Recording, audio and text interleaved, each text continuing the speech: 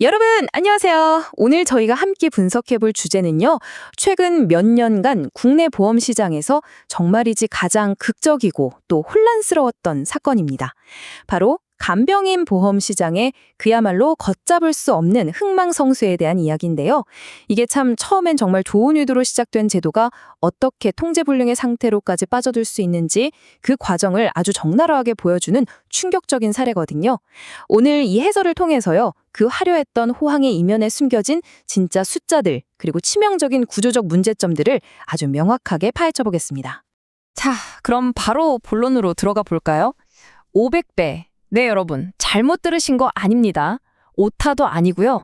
단 4년 만에 이 특정 보험 특약으로 빠져나간 보험금이 무려 500배나 폭발적으로 늘어났습니다. 와, 이게 진짜 상상이나 가시나요? 어떤 금융상품에서 지출이 이렇게 비정상적으로 치솟는 건 절대 결코 흔한 일이 아니거든요. 도대체 이 짧은 시간 동안 무슨 일이 있었던 걸까요? 섹션 1. 간병인 보험의 호황. 어떻게 이렇게 폭발적으로 수요가 증가했는지 그 배경부터 살펴보죠.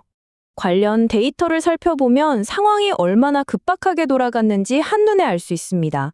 사실 우리 사회가 급격히 고령화되면서 사적 간병비 부담 장난 아니잖아요. 그러다 보니 사람들이 자연스럽게 이 간병인 보험으로 몰려들기 시작한 겁니다. 첫 출시 연도인 2021년하고 2024년을 딱 비교해보면요. 시장 규모가 1,017억 원에서 2조 840억 원으로 커졌습니다. 무려 20배나 팽창한 거예요. 가입자 수도 볼까요?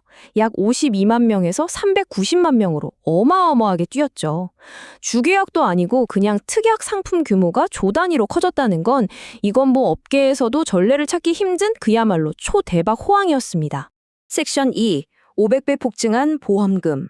자, 여기서부터 뭔가 앞뒤가 안 맞는 기묘한 수학이 시작됩니다.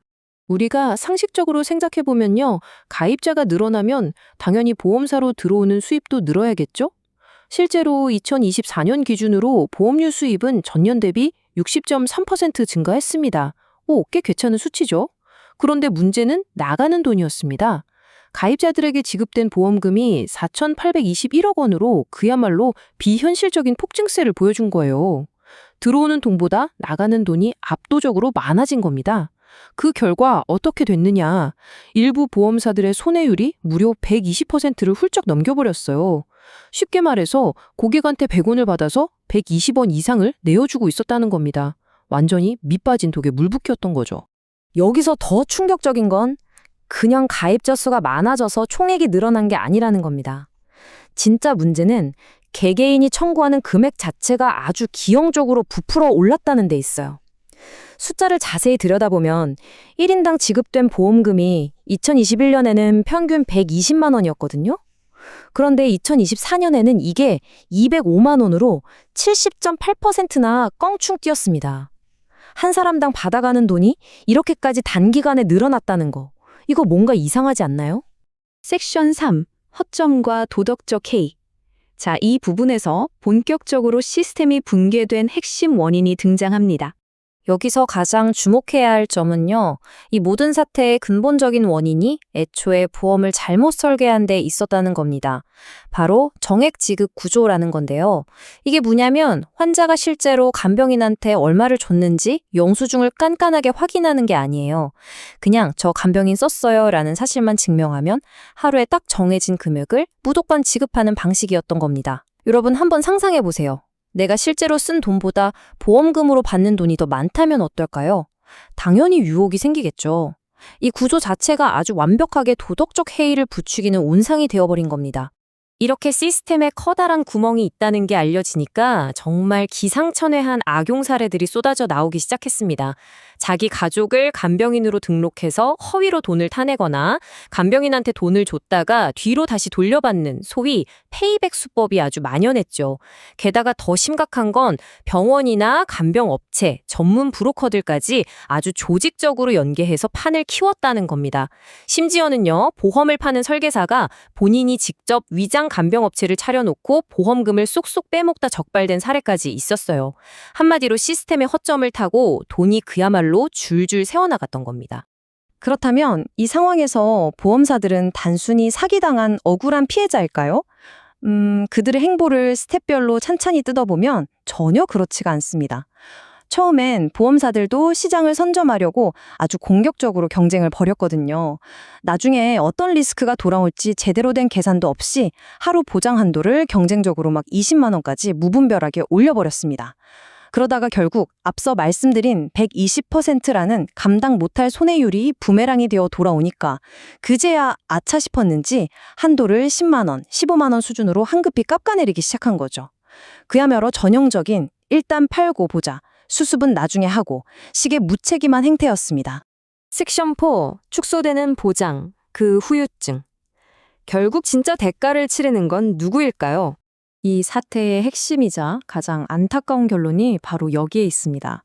광란의 거품이 쫙 꺼지고 난 뒤에 피해를 고스란히 떠안은 건 매달 꼬박꼬박 정직하게 보험료를 내온 우리 같은 평범한 다수의 가입자들이라는 거예요. 소수의 얌체 같은 악용자들, 그리고 기업들의 그 무리한 욕심이 만들어낸 어마어마한 청구서가 결국 평범한 소비자들한테 싹 다 전가되어 버린 겁니다. 그래서 지금 당장 우리는 예전보다 훨씬 더 비싼 보험료를 내야 하는데 정작 내가 진짜 아파서 보험이 필요할 때 받을 수 있는 보장 한도는 반토막이 나버렸죠. 정말 씁쓸한 현실입니다. 섹션 5. 업계의 악순환. 안타깝게도 이건 이번 한 번만의 일이 아닙니다. 우리가 진짜 심각하게 봐야 할 부분은요. 이렇게 미친 듯이 끌어올랐다가 순식간에 폭락해버리는 실패가 보험업계에서는 너무나 고질적으로 반복되는 패턴이라는 겁니다. 예전에 도수치료 특약 때도 이랬고요. 독감보험 때도 똑같았죠. 특히 운전자 보험에 있는 변호사 선임 비용 특약 기억하시나요? 이거 진짜 이번 간병인 사태랑 소름 돋게 똑같은 궤적을 그렸습니다. 처음엔 1천만 원 주던 걸 서로 경쟁 붙어서 1억 원까지 뻥튀기 해놓고 막상 손해가 눈덩이처럼 불어나니까 슬그머니 1,500만 원으로 싹둑 잘라버렸잖아요. 시장 점유율 먹겠다고 무리하게 한도를 늘렸다가 터지면 소비자 혜택을 뺏어버리는 이 지긋지긋한 악순환. 이번 간병인 보험 사태는 그저 이 반복되는 역사의 가장 최신 업데이트 버전일 뿐입니다. 이 타이밍에 보험연구원 정성희 부원장님의 아주 날카로운 지적을 한번 짚고 넘어가 보겠습니다. 보험사가 상품 설계 단계에서부터 계약자의 악의적 행동을 유발할 가능성을 사전에 충분히 검토했어야 한다. 사후에 문제가 터지고 나서 수습할 게 아니라 애초에 리스크를 예방하려는 자정 노력이 절대적으로 필요하다. 자, 정말 뼈를 때리는 정확한 통찰이죠. 다 망가진 다음에 애꿎은 소비자들한테 벌 주듯이 혜택을 뺏는 게 아니라요. 애당초 누수될 구멍이 없는 튼튼한 시스템을 먼저 고민하고 설계해야 한다는 뜻입니다. 오늘 이 흥미로우면서도 씁쓸한 해설을 마무리하면서요. 여러분께 이 질문을 꼭 하나 던지고 싶습니다. 보험사들이 시장의 파이를 독식하려고 이렇게 무모하고 브레이크 없는 질주를 벌일 때 결국 그 진짜 대가를 치르는 건 과연 누구일까요? 화려한 마케팅, 겉보기엔 그럴싸하게 부풀려진 보장 한도, 그 뒤에 숨겨진 금융계의 골드러시. 결국 그 화려했던 파티가 끝나고 날아온 영수증은 우리 모두의 지갑을 현하고 있다는 사실, 이번 간병인 보험 사태가 아주 뼈저리게 증명해주고 있습니다. 우리가 금융상품에 가입할 때 그 이면에 어떤 구조가 숨어 있는지 한 번쯤 날카롭게 들여다보는 게 얼마나 중요한 일인지 오늘 이 시간이 여러분께 의미 있는 통찰을 드렸기를 바랍니다.